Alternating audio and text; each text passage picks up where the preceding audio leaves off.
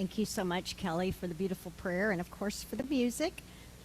So today we've got kind of 3 chapters of the book of Hebrews that we're going to kind of race through because we're not using it every week, but it's like chapters 11 and 12 and 13.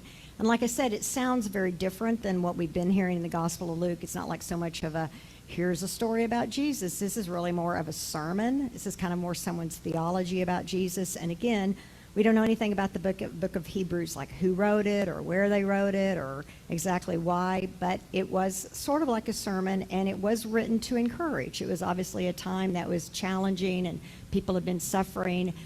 So kind of a good word for us today. And in this, there is this kind of imagination of this cloud of witnesses surrounding.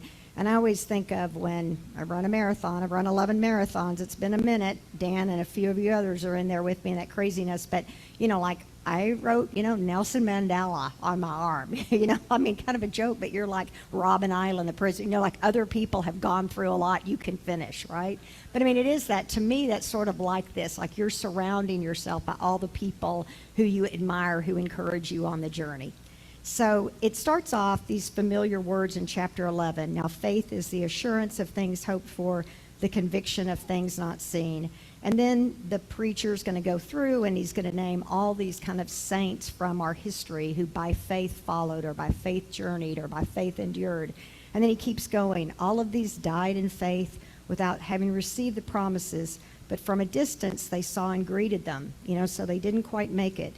And then he keeps going, and then the long litany. By faith, the people passed through the Red Sea as if it were dry land. But when the Egyptians attempted to do so, they were drowned.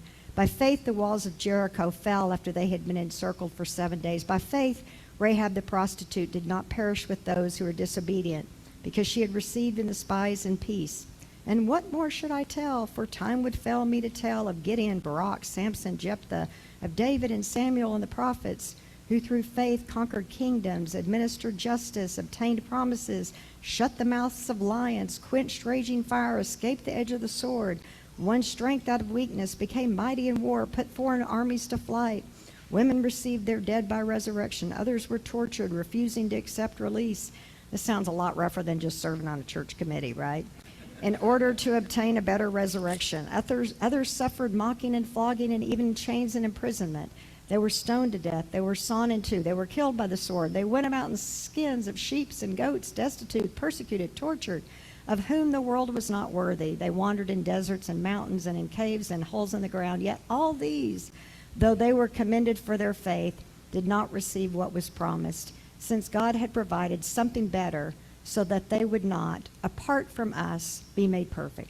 Therefore, since we are surrounded by so great a cloud of witnesses, let us lay aside every weight and the sin that clings so closely, and let us run with perseverance the race set before us, looking to Jesus, the pioneer and perfecter of our faith, who for the sake of the joy that was set before him endured the cross, disregarding its shame, and has taken his seat at the right hand of the throne of God.